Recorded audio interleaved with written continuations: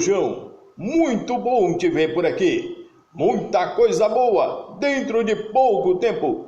Grande realização, nobres senhores. Muito bom te ver por aqui. Vamos que vamos agora somar. A união faz a força, como também a diferença. Nós juntos somos mais.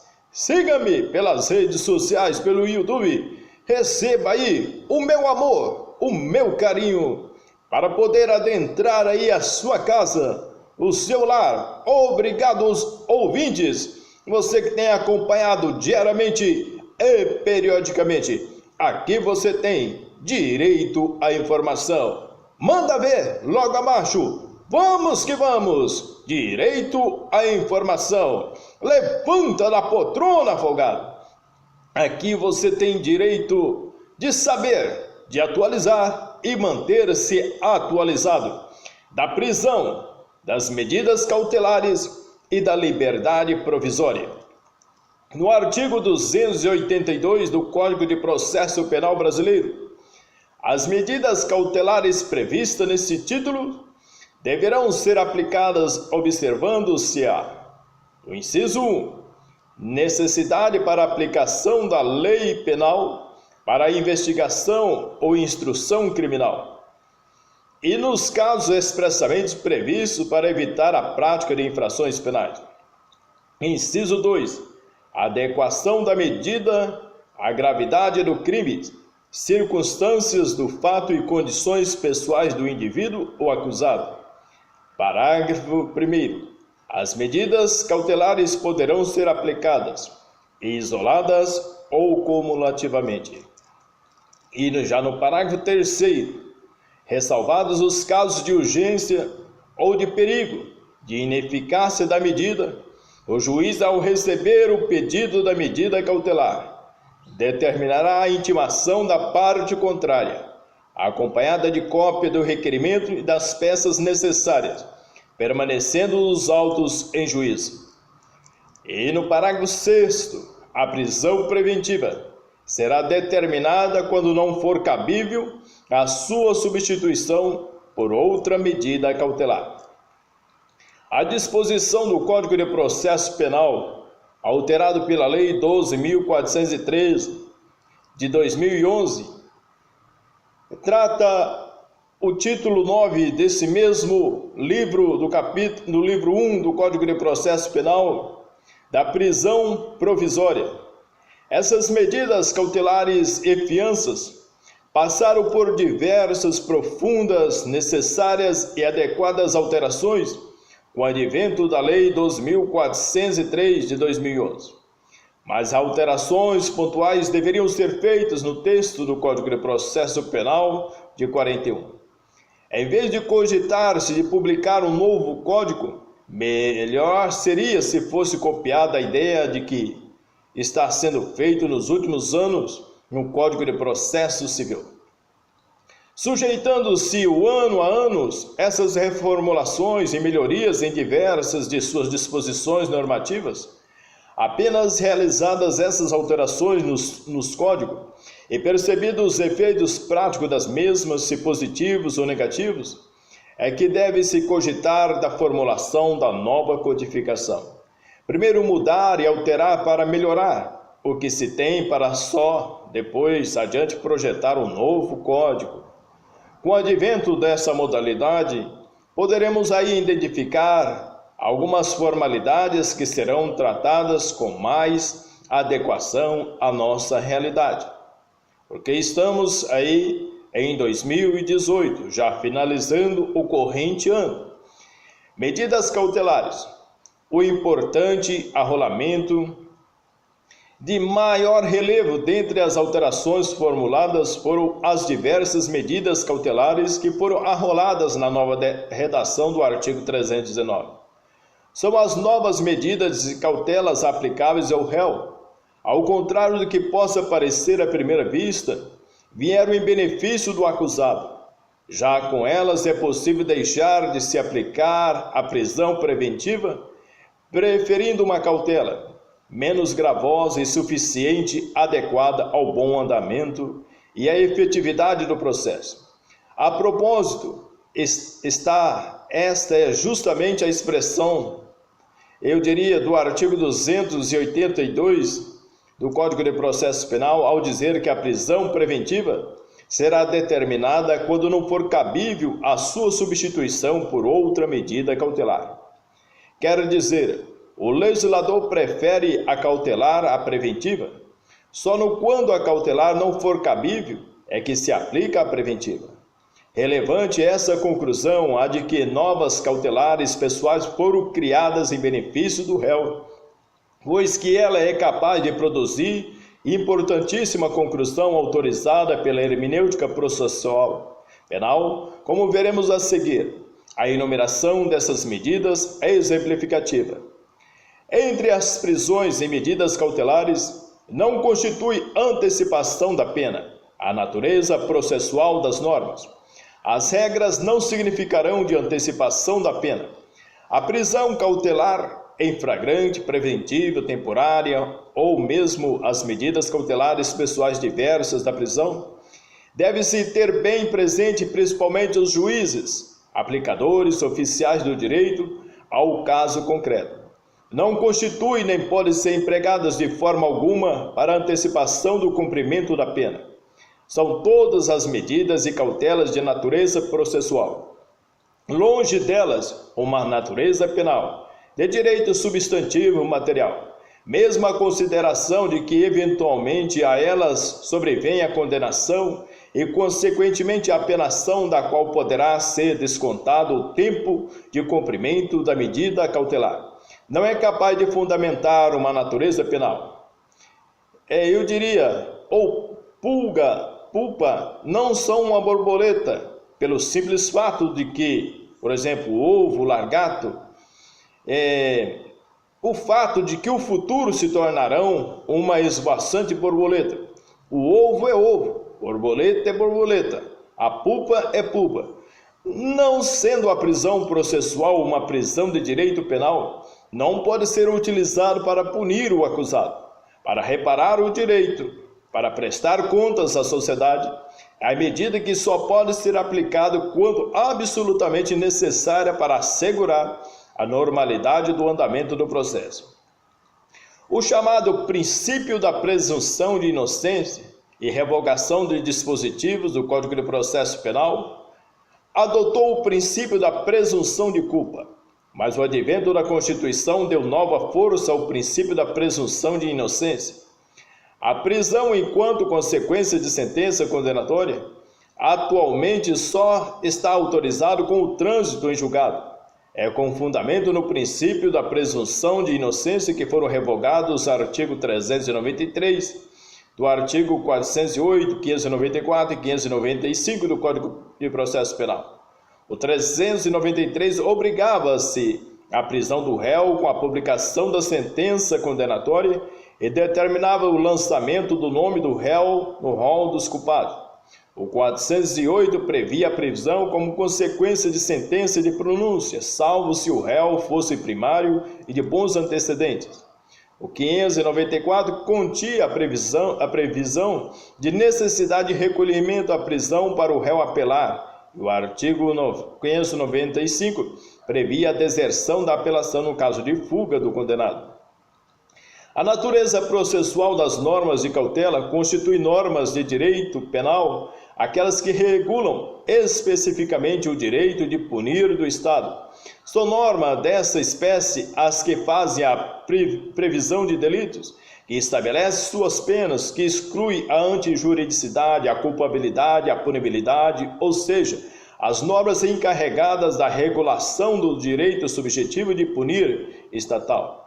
As normas processuais são, por definição, as que versam sobre o início, o andamento e o fim do processo penal, e inclusive a sua fase executiva.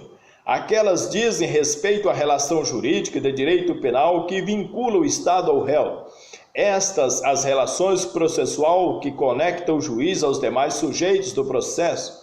As normas cautelares são normas processuais, já que não regulam o direito de punir, mas são somente medidas de ordem processual que objetivam assegurar a efetividade do processo. as consequências interpretativas da natureza processual das normas cautelares.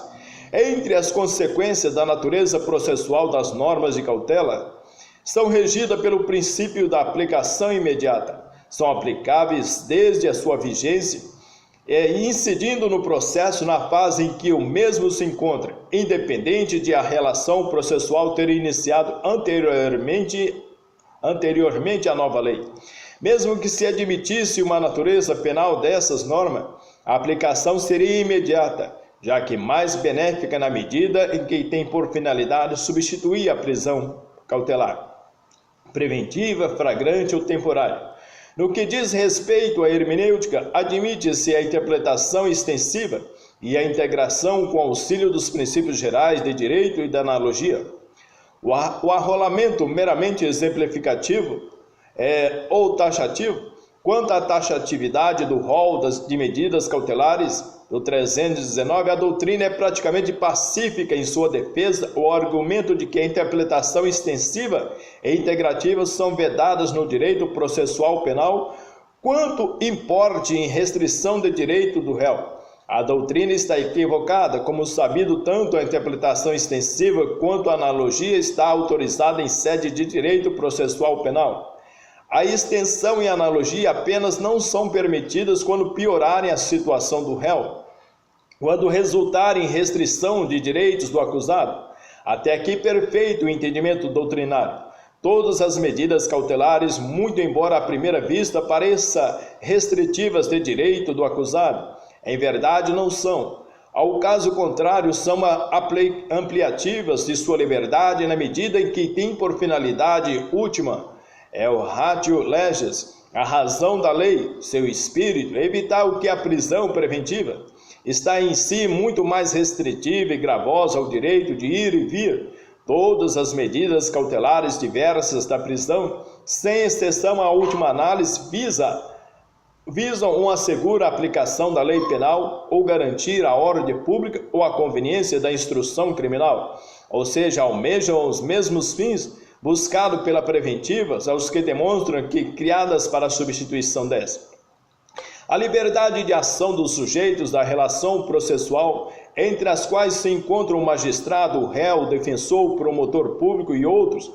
Em nossa teoria geral do processo, sustentamos que a relação jurídica processual não é triangular, mas multiangular. Não circula apenas através das normas expressas, das normas simbolizadas em palavras e textos. É muito maior, mais ampla. O direito vai muito mais além das normas escritas. As normas escritas não são um limitador de conduta processual. São apenas expressão parcial do direito, que é mais amplo e completo. O silêncio das leis fala mais que suas palavras.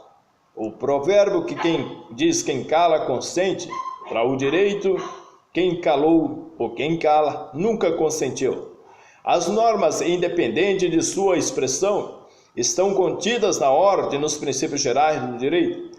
A totalidade do direito só pode ser colocada a descoberto com a interpretação e com a integração. Daí porque o rol de medidas cautelares não ser taxativo. Toda medida cautelar diversa de prisão, seja ela real, probatória ou pessoal, não prevista em lei e imaginada e criada pelo magistrado e pela doutrina, pode, se manifestando necessária, adequada e proporcional, se aplicada desde que não viole a ordem pública e os princípios gerais de direito, especialmente os constitucionais.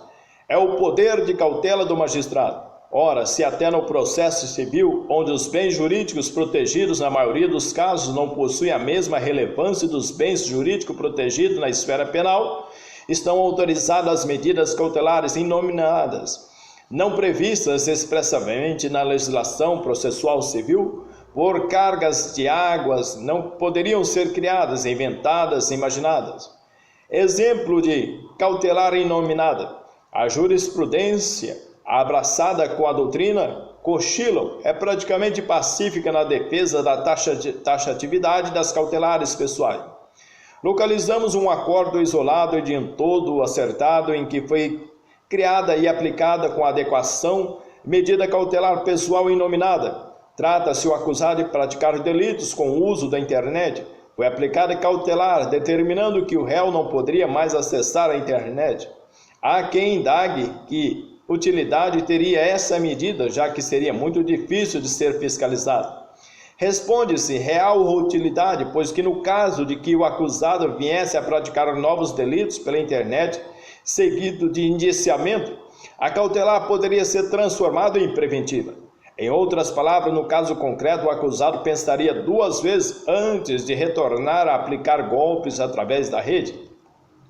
A cautelar requerida pelo réu contra o ofendido. O poder geral de cautela do magistrado, o fundamento das medidas cautelares, pode ser exercido em relação a terceiros e não ao réu. Exemplo é a possibilidade de determinar a retirada de pessoas que estejam perturbando a ordem dos trabalhos na audiência, o artigo 794, 795, podendo a cautelar se direcionada a outras pessoas que não o acusado, questão cuja resposta ficamos em débito. Se ela poderia ser aplicada contra o ofendido, proibição de aproximação ou de comunicação com o réu, caso, por exemplo, em que este estivesse ameaçando o acusado. Aplicação de medidas cautelares diversas da prisão, anteriormente à Lei 12.403 de 2011. A esta possibilidade de aplicação tem as suas consequências, o seu raciocínio, ora desenvolvido, é que ou mesmo antes da alterações criadas pela lei, todas essas medidas cautelares arroladas e as não arroladas já podiam ser aplicadas pelo julgador, posto que já se encontrava contidas no interior da ordem jurídica processual. Toda norma de direito decorre dos princípios mais fundamentais da ordem, que são os princípios da segurança jurídica, da justiça.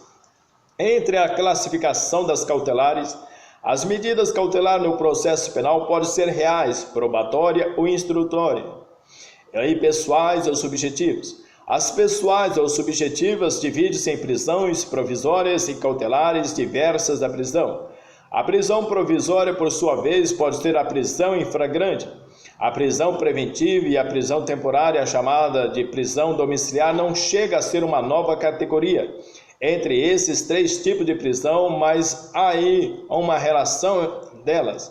Medidas cautelares reais são as medidas dos artigos 124 a 144 do Código de Processo Penal, que é a inutilização, o confisco, a caução, o sequestro, a hipoteca legal, o arresto, os quais têm por finalidade garantir a eficácia dos efeitos civil da condenação, como exemplo a reparação do dano causado à vítima. Medidas cautelares probatória ou instrutória são as normas do artigo 240 a 250 que versam sobre a busca e apreensão. Das mesma natureza, em outras normas, do artigo 217, que autoriza a retirada do réu da audiência quando puder causar temor ou constrangimento à testemunha, a interceptação telefônica ou qualquer outro meio de intimidação. Previsibilidade do artigo 5º, inciso 7º da Constituição. As cautelares probatórias buscam manter a integridade do material probatório e possibilitar sua eficiente coleta.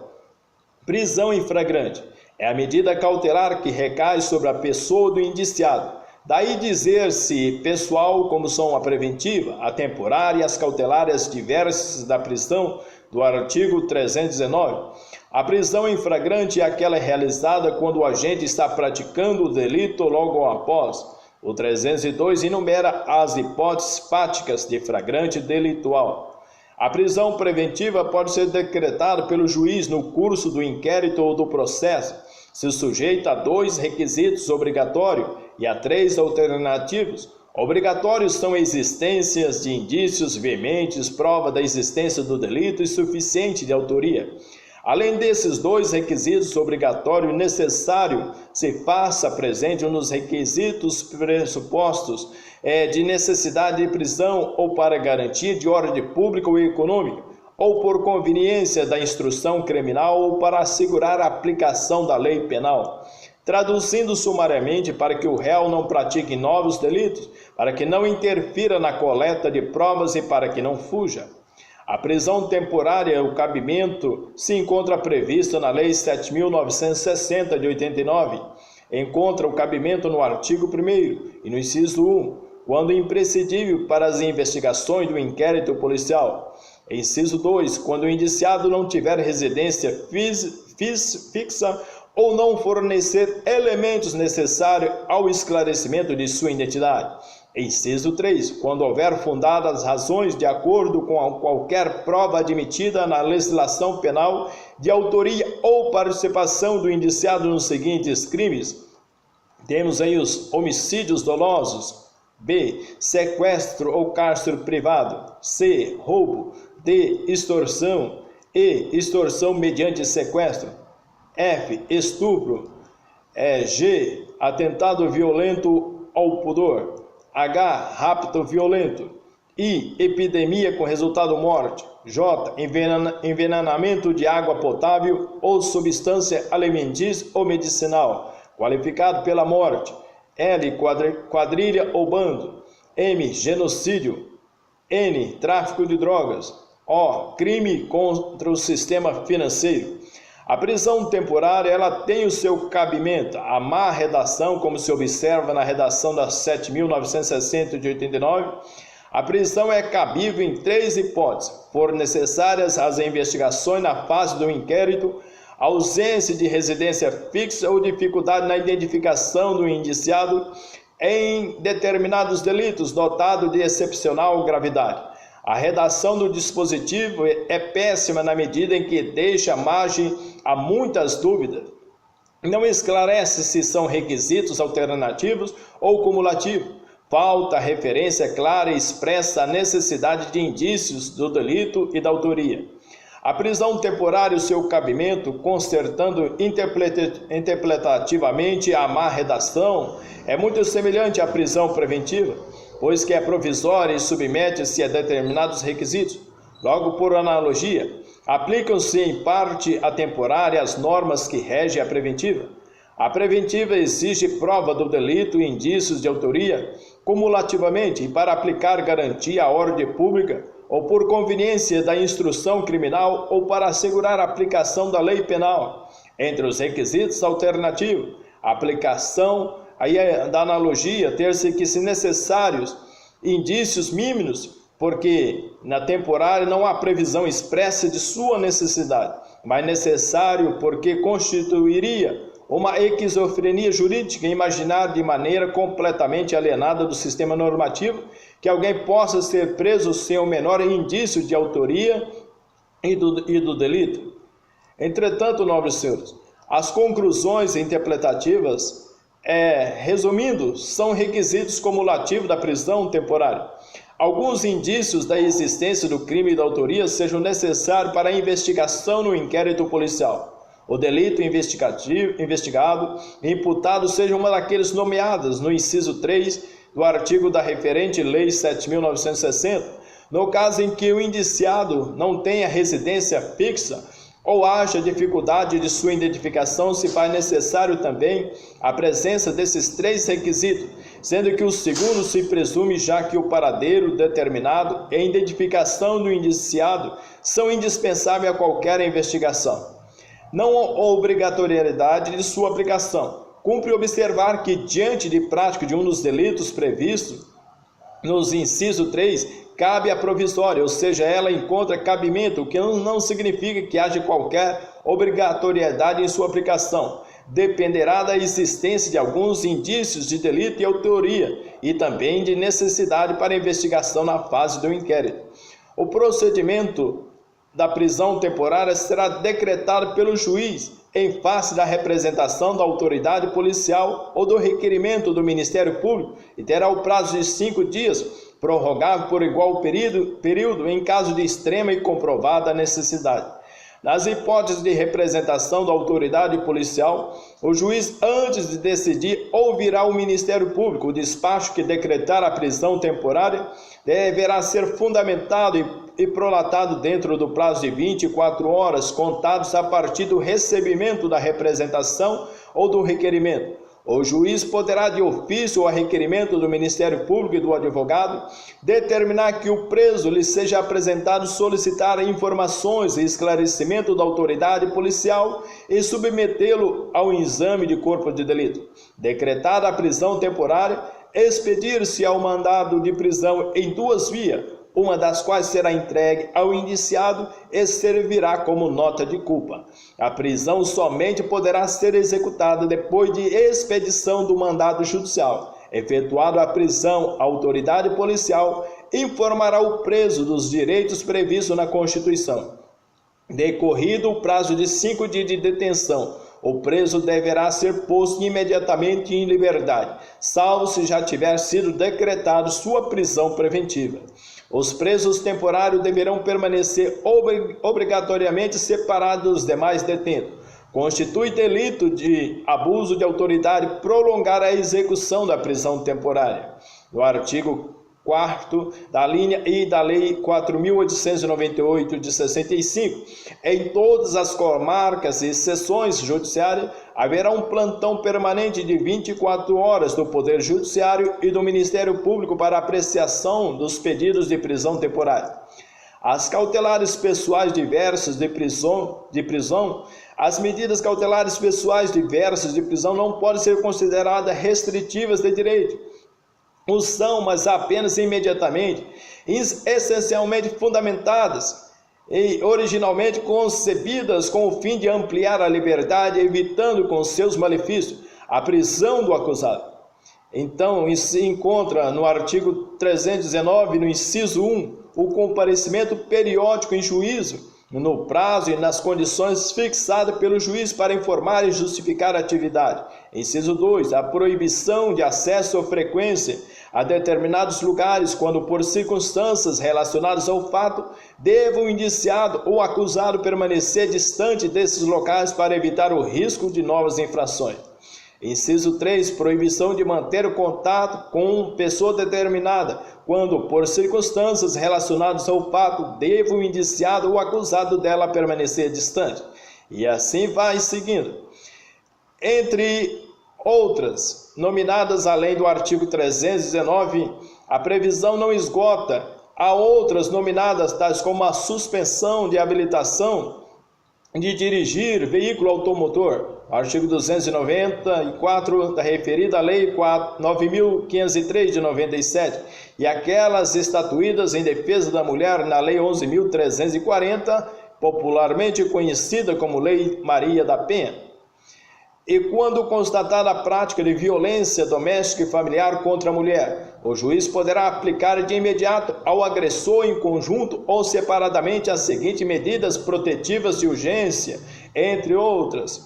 Inciso 1, a suspensão da posse ou restrição do porte de arma com comunicação aos órgãos competentes nos termos da Lei 10.826 de 2003. Inciso 2, afastamento do lar, domicílio ou local de convivência com a ofendida. Inciso 3, proibição de determinadas condutas, entre as quais aí temos na linha A, aproximação da ofendida, dos seus familiares e das testemunhas, fixando o limite mínimo de distância entre este e o agressor. Entretanto, os requisitos das cautelares pessoais, segundo no inciso 1 do artigo 282, as medidas cautelares pessoais deverão ser aplicadas, observando-se a necessidade para a aplicação da lei penal, para a investigação ou a instrução criminal e nos casos expressamente previstos para evitar a prática de infrações penais. Necessidade para a aplicação da lei penal verifica-se quando o indiciado ou acusado tenta fugir. Casos expressamente previstos para evitar a prática de infrações penais, o legislador condiciona a aplicação de cautelar, que o caso seja expressamente previsto. Entre os princípios que regem as cautelares pessoais do devido processo, a cautelar só pode ser aplicada se presente seus requisitos no artigo 5º, inciso 54 da Constituição. Ninguém será privado da liberdade ou de seus bens sem o devido processo legal. Adequação e proporcionalidade, do artigo 282, inciso 2. Deve haver proporcionalidade, razoabilidade e adequação entre a cautelar aplicada e a gravidade do crime, suas circunstâncias e condições pessoais do indiciado ou acusado. Proporcionalidade entende-se não apenas que a medida não pode ser mais restritiva do que necessário, como também pode ser menos. A liberdade discricionária. A liberdade para escolha entre as enumeradas legalmente, criação e ampliação é ampla. Porém, não há arbitrariedade, ela não pode afrontar a lei e os princípios gerais do direito. O contraditório e a ampla defesa, de sua aplicação devem ser ouvidas a defesa e a acusação, ressalvados os casos de urgência ou de perigo de ineficácia da medida. O juiz, ao receber o pedido da medida cautelar, determinará a intimação da parte contrária, acompanhada de cópia do requerimento e das peças necessárias, permanecendo os autos em juízo. No caso de haver urgência ou risco de ineficácia da medida, após a decretação da liminar, deverá ser oportunizada vistas as partes contrárias para a manifestação. Cumulativamente, a medida pode ser aplicada isoladamente ou cumulativamente com outros artigos. A mutabilidade no caso de descumprimento de qualquer das obrigações impostas, o juiz de ofício ou mediante a requerimento do Ministério Público, de seu assistente ou do querelante, poderá substituir a medida e impor outra acumulação, em último caso, decretar a prisão preventiva. A necessidade é um dos mais importantes princípios que rege as medidas cautelares. Nenhuma medida se aplica se não for oportuna e útil. Para a provisoriedade, o juiz pode revogar a medida cautelar ou substituí-la quando verificar a falta de motivo para que subsista, bem como voltar a decretá-la se sobrevierem razões que justifiquem. Jurisdicionalidade somente pode ser decretada pelo juiz. Os crimes inafiançáveis e a aplicação das cautelares pessoais, tanto no caso dos delitos inafiançáveis, pode ser aplicada às cautelares pessoais em substituição à preventiva. Veda a concessão de fiança para determinados delitos, do artigo 5º, inciso 47 da Constituição. Tal não significa que não possa ser concedida a liberdade provisória, tendo em vista o disposto no artigo 5º da Constituição que ninguém será preso senão em flagrante delito ou por ordem escrita e fundamentada de autoridade judiciária competente. E ainda o princípio constitucional da presunção de inocência não pode ser dada a interpretação ampla no artigo 5º da Constituição do inciso 42, para vedar além da fiança também a liberdade provisória. A mesma exegese vale para a interpretação das leis infraconstitucionais e proíbe a concessão de fiança. Aplicação e descumprimento. Aplicação de ofício ou mediante requerimento, segundo o disposto no artigo 282, as medidas cautelares serão decretadas pelo juiz, de ofício a requerimento das partes, ou quando no curso da investigação criminal por representação da autoridade policial ou mediante requerimento do Ministério Público. Da leitura conclui-se que no curso do processo penal, o juiz pode aplicar a medida de ofício, sem que haja requerimento de quaisquer das partes. A substituição do flagrante pela preventiva, necessidade de requerimento. No que diz respeito à preventiva, a questão que se impõe é se ela pode ser decretada de ofício pelo magistrado, ao receber o auto de prisão em flagrante. O artigo 310 diz que pode. A doutrina tem vacilado. Todavia, com o advento do artigo 282, inciso 2, parágrafo 2º, o qual é extensiva a todas as medidas cautelares, entre as quais estão a prisão preventiva. O mesmo é aplicável, pois que restringiu o poder do juiz ao instituir que no curso da investigação criminal a cautelar só pode ser aplicada mediante requerimento. Entretanto, critica a possibilidade de aplicação de cautelares de ofício no curso do processo. As cautelares podem ser decretadas de ofício. Há uma tendência nos tempos que seguem de valorização do sistema acusatório. A principal diferença que o verdadeiro essencialmente distingue o sistema inquisitório do acusatório é a ausência de poderes de investigação do julgador, a distribuição das funções de acusar, defender e julgar entre pessoas distintas. No segundo, a presença desses poderes. No primeiro, a acumulação de funções na pessoa do julgador. Entretanto, nobre senhor, o descumprimento da cautelar e decretação da preventiva dispõe que, no caso de descumprimento de qualquer das obrigações impostas, o juiz de ofício, ou mediante requerimento do Ministério Público, de seu assistente ou do querelante, poderá substituir a medida e impor outra acumulação e, no último caso, decretar a prisão preventiva. E no artigo 283, ninguém poderá ser preso senão em flagrante delito ou por ordem escrita e fundamentada da autoridade judiciária competente em decorrência da sentença condenatória transitada em julgada ou no curso da investigação ou do processo em virtude da prisão temporária ou prisão preventiva. As hipóteses legais de prisão, segundo esse dispositivo, só pode haver prisão de alguém em duas hipóteses: flagrante delito ou ordem escrita do juiz. A prisão durante o estado de defesa é casos taxativamente colocados no Código Penal, que há a possibilidade de prisão durante o estado de defesa, do artigo 136, parágrafo 3º do inciso 1 da Constituição, segundo o qual, na vigência do estado de defesa, a prisão por crime contra o Estado poderá ser determinado pelo executor da medida. Mesmo nesse caso, deverá ser comunicada imediatamente ao juiz competente, que o relaxará, se não for legal.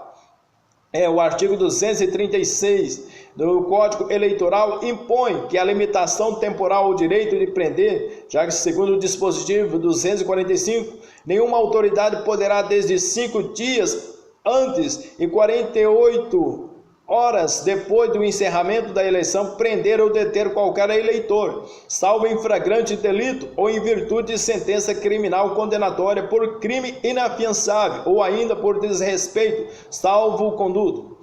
Não pagamento de pensão alimentícia, não esgota os casos em que pode ser preso por ordem judicial. O não pagamento de pensão alimentícia pode resultar em prisão por determinação da jurisdição civil. A previsão é constitucional e encontra no artigo 5º, no inciso 57 da Constituição. A prisão do depositário infiel, dispõe o artigo 5º do inciso 57 da Constituição, que não haverá prisão civil por dívida, salvo a do responsável por um inadimplemento involuntário e inexcusável de obrigação alimentícia e a de depositário infiel. Se não pagar a dívida, não vai preso. Porém, a súmula vinculante 25 do STF veda esse tipo de prisão. É ilícita a prisão civil do depositário infiel, qualquer que seja a modalidade de depósito. A mesma esteira aí, a súmula 419 do STF. A prisão no caso de transgressão de crime militar, dispõe o artigo 5º e o inciso 61 da Constituição, que ninguém será preso senão em flagrante delito ou por ordem escrita e fundamentada de autoridade judiciária competente, salvo no caso aí de transgressão militar ou crime propriamente militar definidos em lei. A disposição constitucional atinentes o título dos direitos e garantias que abordam a prisão, que ninguém será privado aí de sua liberdade e os seus bens sem o devido processo legal. Entenda muito bem que é bastante amplo, que ninguém será privado da liberdade ou de seus bens sem o devido processo legal. Você não vai perder a sua casa, você não vai perder o seu carro sem o devido processo legal. Entretanto, nobres senhores, existem muitos incisos, muitos artigos, muitas leis que, embora tratado aqui, existe um numerável bastante extensivo. O abuso de autoridade e prisão, no caso, levado a cabo por autoridade fora dos limites permitidos e posto em delito de abuso de autoridade conforme as prescrições do artigo 4.892, a lei seja de 65, define e constitui abuso de autoridade qualquer atentado à liberdade de locomoção. No artigo 4º, faz previsão de que constitui também abuso de autoridade ordenar ou executar medida privativa da liberdade individual sem formalidades legais ou com abuso de poder. A prisão para averiguação é vedada constitucionalmente. Impõe que ninguém será preso em flagrante delito ou por ordem escrita e fundamentada de autoridade judiciária competente. A limitação à aplicação de cautelares. As medidas cautelares pessoais não se aplicam à infração a que não for isolada cumulativamente ou alternativamente, combinada pela prisão, pela pena privativa de liberdade. A inviolabilidade domiciliar é o que dispõe que a prisão pode ser efetuada em qualquer dia e qualquer hora, respeitadas as restrições relativas à inviolabilidade do domicílio. O fundamento é constitucional, posto como assegura o artigo 5º, inciso 9 da Constituição. A casa é o asilo inviolável do indivíduo, ninguém podendo penetrar sem o consentimento do morador, salvo em caso de flagrante delito ou desastre ou para prestar socorro, ou durante o dia por determinação judicial. Entretanto, nobres senhores, temos um dispositivo relacionado à violência arbitrária. Praticar violência no exercício da função ou pretexto de exercê-la, a pena de detenção de 6 meses a 3 anos, além de pena correspondente à violência. Nos crimes de resistência, opor-se à execução do ato legal mediante violência ou ameaça a funcionário competente para executá-lo, ou quem lhe esteja prestando auxílio. Entretanto, existe o crime chamado também de desobediência, que é desobedecer uma ordem legal de um funcionário público, exercício arbitrário ou abuso de poder, ou seja, ordenar ou executar medida privativa de liberdade individual sem formalidades legais ou com abuso de poder, evasão de medidas, violência contra a pessoa. No artigo 352 do Código Penal, evadir-se ou tentar evadir-se o preso ou indivíduo submetido à medida de segurança detentiva, ou usando de violência contra a pessoa. Abuso de autoridade constitui também abuso de autoridade, ordenar ou executar medida privativa de liberdade individual sem as formalidades legais ou com abuso de poder, submeter pessoas sob sua guarda ou custódia a vexame ou constrangimento não autorizado em lei. Significa o artigo 284, quer dizer em outras palavras, que no cumprimento do mandado de prisão, o agente está autorizado a utilizar a força necessária, caso seja indispensável em razão de resistência ou de tentativa de fuga daquele que se deva prender. Não pode utilizar mais força do que necessário para vencer a resistência ou evitar a fuga. Entretanto, nobres senhores, o significado aí do 284 trata especificamente do ato de cumprimento de um mandado de prisão. Ele é aplicável, por analogia, à relação do agente preso quando esse último já se encontrava detido. O significado aí, ponta a ponta, traz aí a norma legal ou caso de prisão em flagrante. O emprego de força contra terceiro, o direito, o uso da força não se limita ao preso. Se houver aí pelo artigo 292, ainda por parte de terceiro, resistência à prisão em flagrante, a determinada por autoridade competente, o executor e as pessoas que auxiliarem poderão usar dos meios necessários para defender-se ou para vencer a resistência, o que tudo se lavrará auto subscrito também por 2 testemunhas. A violação do dispositivo pelo capturador, o excesso de força, o agente faça uso de força ou violência desnecessária para efetuar a captura, poderá incorrer em delitos diversos, entre os quais violência arbitrária, abuso de poder, de autoridade, lesões corporais e homicídio. A violação do dispositivo pelo capturado, no caso de resistência, o delito poderá ser praticado no caso de fuga ou tentativa. Trata-se de conduta acobertada pela inexigibilidade de outra conduta. O uso de algemas, no artigo 284, é assegurado ao preso o respeito à integridade física e moral das execuções penais, faz a previsão de que o emprego da algemas será disciplinado por decreto federal. Não foi. O STF acabou por regular o uso através da súmula vinculante número 11, no que diz respeito ao julgamento pelo Tribunal do Júri, no artigo do 474, No parágrafo 3º diz que não será permitido o uso de algemas no acusado durante o período em que permanecer no plenário do júri, salvo se absolutamente necessária a ordem dos trabalhos, a segurança das testemunhas ou garantia da integridade física dos presentes. A questão do uso ou não das algemas resolve-se com a simples interpretação do artigo 284, ora comentado.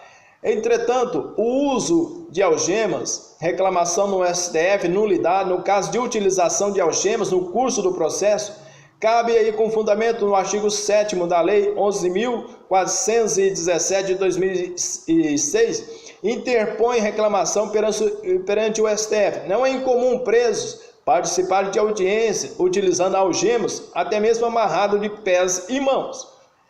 Entretanto, a súmula vinculante 11 só é lícito o uso de algemas em caso de resistência e de fundado receio de fuga ou de perigo à integridade física própria ou alheia, por parte do preso ou de terceiros, justificada a excepcionalidade por escrito, sob pena de responsabilidade disciplinar, civil e penal do agente, ou de autoridade e nulidade da prisão ou do ato processual a que se refere, sem prejuízo da responsabilidade civil do Estado.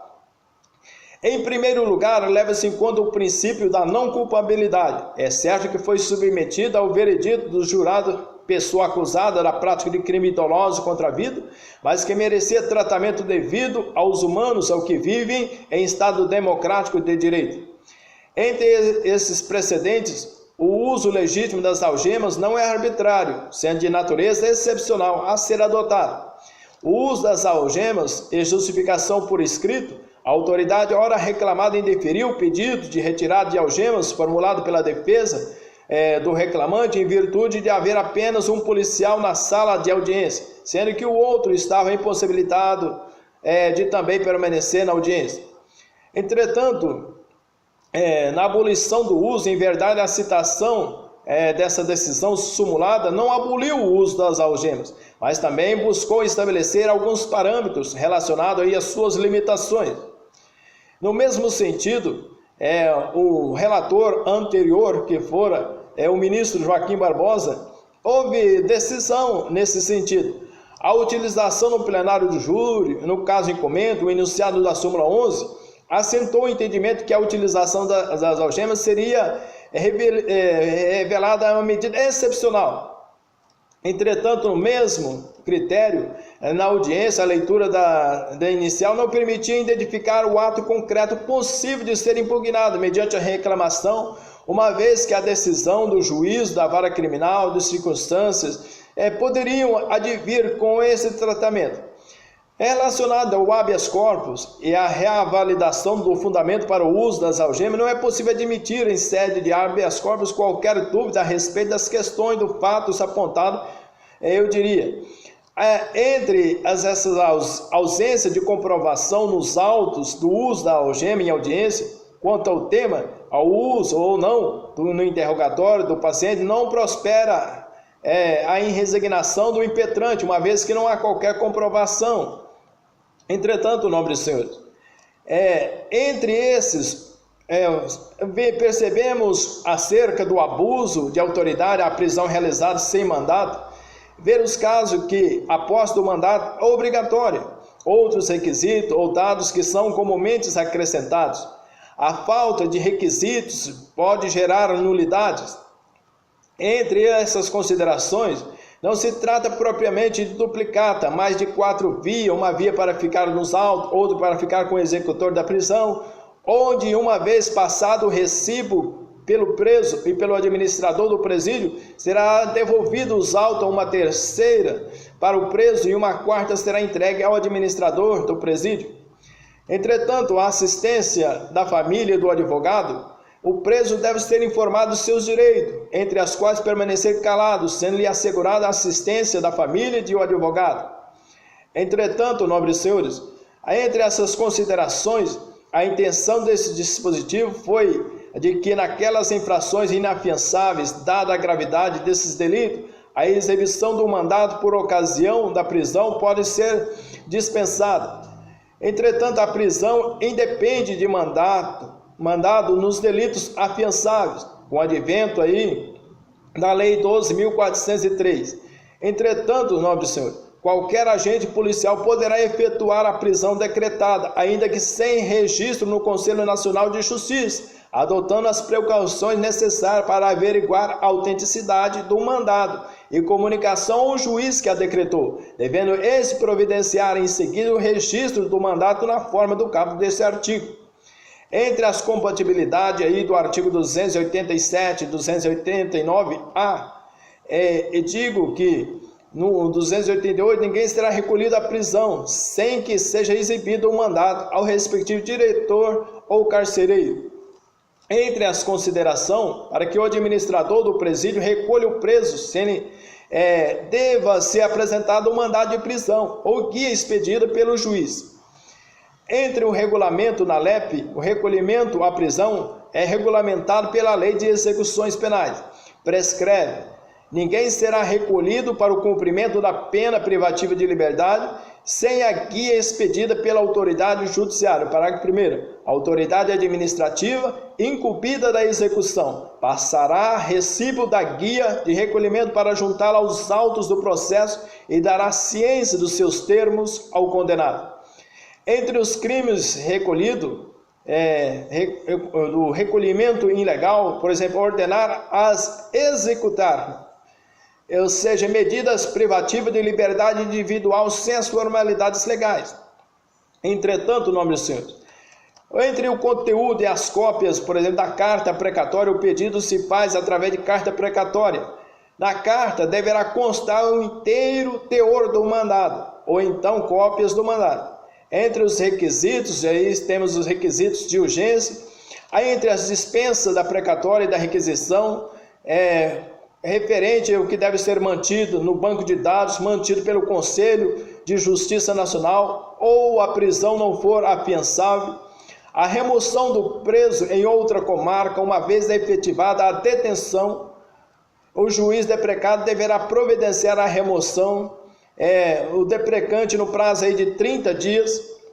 Entretanto, existe uma série que vai determinar o banco de dados mantido pelo CNJ, que é o banco que foi regulado pela Resolução 137, o qual é disponibilizado na sede mundial de computadores, assegurado o direito de acesso à informação a toda e qualquer pessoa, independente de prévio cadastramento ou demonstração de interesse, sendo de responsabilidade do Conselho Nacional de Justiça a sua manutenção e disponibilidade. O conteúdo do mandado de prisão e outras que vão elencar, dentre a qualificação também do acusado no mandado de prisão, nessa mesma resolução do 137, que vai servir de objeto da ordem de prisão a ser incluídas. Temos aí a certidão referida, segundo a qual o Conselho Nacional de Justiça deverá conter todos os elementos disponíveis. Atualização do banco de dados, a prisão aí do mandado, registrado aí a prisão por qualquer policial, a ausência de registro e prisão não impede a prisão de qualquer forma. Mesmo assim, vista do mandado, o agente policial deverá adotar algumas precauções necessárias. A comunicação da prisão efetuada será imediatamente comunicada ao juiz do local do cumprimento da medida. Qualquer dúvidas quanto à sua identidade que não ficar esclarecida ou que deverá ser mantida sua custódia, sua detenção, guarda, prisão ou vigilância. Os direitos do preso serão informados de todos os seus direitos, como assistência à sua família, assistência familiar. A perseguição caracteriza-se a perseguição tanto quando após avistar o réu condenado com sentença transitada em julgado ou com prisão preventiva ou temporária decretada ou escapando de prisão em flagrante. A perseguição em flagrante a definição é importante para caracterizar uma das formas que se apresenta a situação. A perseguição e mandado de prisão, havendo ordem de prisão contra o réu, o agente policial, mesmo policial estadual e não apenas federal, está autorizado a persegui-lo, pouco importando a cidade ou o estado de atuação desse policial. O policial de polícia não é limitado por normas de competência territorial, enquanto que a jurisdição do juiz é limitada pela sua competência territorial. O poder de polícia do agente não se esgota no município, comarca ou estado. Entretanto, a apresentação do preso à autoridade local será conduzido imediatamente à autoridade policial. As dúvidas que escapam da legitimidade da pessoa do executor, quando as autoridades locais tiverem fundadas razões para duvidar da legitimidade da pessoa do executor ou da legalidade do mandado que apresentar, poderão pôr em custódia o réu até que fique esclarecida tal dúvida. Entretanto, senhores, existem os delitos possíveis quando é efetuada a prisão. A partir do momento a prisão é que poderá vir ocorrer a prática dos delitos de evasão mediante violência contra a pessoa. A identificação dos responsáveis pela prisão. A prisão por mandado só pode ser feita por agente do Estado. Entre os crimes de resistência ativa e passiva, conforme o artigo 292, o executor pode usar dos meios necessários para defender-se ou para vencer a resistência. Entre os delitos possíveis, o abuso de autoridade, temos a resistência e desobediência, que embora que está sua previsibilidade no Código Penal brasileiro, temos aí também a inviolabilidade domiciliar e ordem de prisão. Tem que haver ordem expressa fundamentada judicial para adentrar uma casa com a permissão e a legalidade do morador da casa. O flagrante delito, na hipótese que esteja praticado delito ou qualquer que preste a praticar no interior do domicílio, o executor está autorizado a ingressar para efetuar a prisão. Entretanto, a ausência de testemunha não impede a ação do executor com ingresso na residência. As testemunhas são uma recomendação, já que eles, o agente do Estado, poderá, em caso de falsa acusação, comprovar que não praticou abuso de poder. Desnecessidade de mandado de busca. Trata de busca e apreensão. Entretanto, nobre senhor, a ausência do morador, estando ausente o morador, o executor poderá adentrar no domicílio para efetuar a prisão. Entretanto, a abrangência desses termos de domicílio, entre o consentimento e força, instando alguém dentro do domicílio em estado de flagrância delitual, o sujeito ativo da prisão em flagrante deverá solicitar, não sendo uma emergência. O executor da prisão do sujeito ativo poderá ingressar à força. Se caso contrário, se for emergente, e se arrombando as portas. Quem pode adentrar no domicílio? Pode ingressar no domicílio para efetuar a prisão em flagrante, tanto o particular como o agente do Estado, já que esse tipo de prisão pode ser feito por qualquer cidadão que pode dar voz de prisão. Perseguido que ingressa em domicílio, se o crime ocorre fora do domicílio, se o delinquente perseguido ingressa no interior de uma residência. Entretanto, existe uma série de requisitos que vão gerar a prisão especial também, que são as pessoas que exercem as funções relacionadas, o constante da legislação esparsa, que não estão condenados em definitivo, possuem direito à prisão especial, o qual é cumprida em estabelecimento especial em quartel. Temos aí os direitos de transporte do preso especial, não pode ser transportado juntamente com o preso comum. É uma prisão especial, a crítica. A prisão especial é vista por alguns doutrinadores como prerrogativa de função. O rol é taxativo, exemplificativo, como exceções policiais e outro. O rol é taxativo, somente pessoas enumeradas no Código de Processo Penal e nas leis especiais possuem direito a esta prisão. Policiais, magistrados, promotores, defensores e advogados criminais e outro exercício de função. E se tratando de pessoa que se faz necessário proteger a integridade física e a vida, pouco importa que não estejam mais no exercício de suas funções. Entre a prisão domiciliar, em substituição à prisão domiciliar, na ausência aí de estabelecimento próprio para a prisão, deve ser considerado os contornos desse tipo de prisão. Advogados e prisão especial. Dispõe o artigo 7º, inciso 5º do Estatuto da Advocacia da OAB, da Lei 8.906 de 94, constitui direito do advogado não ser recolhido preso antes de sentença transitada em julgado, senão em sala de Estado Maior, com instalações e comodidades condignas, assim reconhecidas pela OAB, e na sua falta em prisão domiciliar. Membros do Ministério Público em prisão especial, juiz e prisão especial, policial e prisão especial. Sala de Estado Maior. Sala de Estado Maior foi definida pelo pertencente com o compartimento de qualquer unidade militar, que ainda que potencialmente pode ser utilizado pelo grupo de oficiais que assessoram. Advogados em sala de Estado Maior e prisão domiciliar, como já foi dito anteriormente. Entretanto, nobres senhores, existe uma série de ocorrências de Estado, de sala de Estado Maior com instalações de comodidades dignas. O significado de sala de Estado Maior, que é o compartimento de qualquer unidade militar. É muito amplo e muito extensivo, relacionado à questão relacionada às prisões. Entre a autenticidade e eficácia do mandato que foram expedidos pelo juiz, onde está todos assinados, o original, as cópias, compatibilizando aí com o Código de Processo Penal, entre a captura que pode ser requisitada à vista de mandato judicial por qualquer meio de comunicação, devendo ser tomado aí algumas atitudes. Quanto o militar preso em flagrante, após lavrado o auto de prisão em flagrante, é recolhido preso ao quartel, mesmo se tratando de crime comum.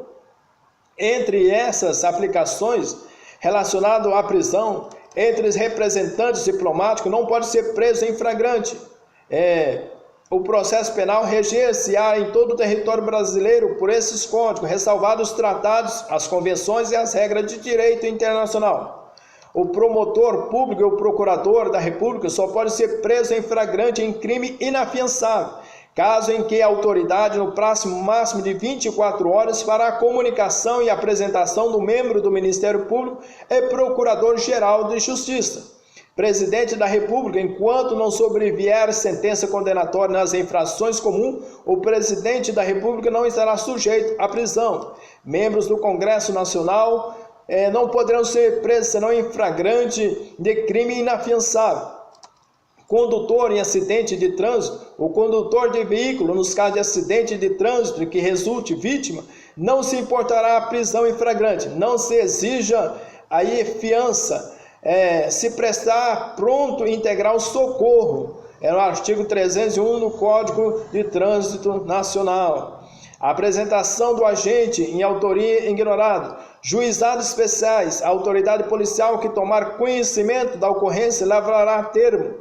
Entretanto, senhores, agradeço aí pela nossa nobre contribuição, meu O de obrigado, meu A de abraço, meu F de fortalecimento para todos vocês.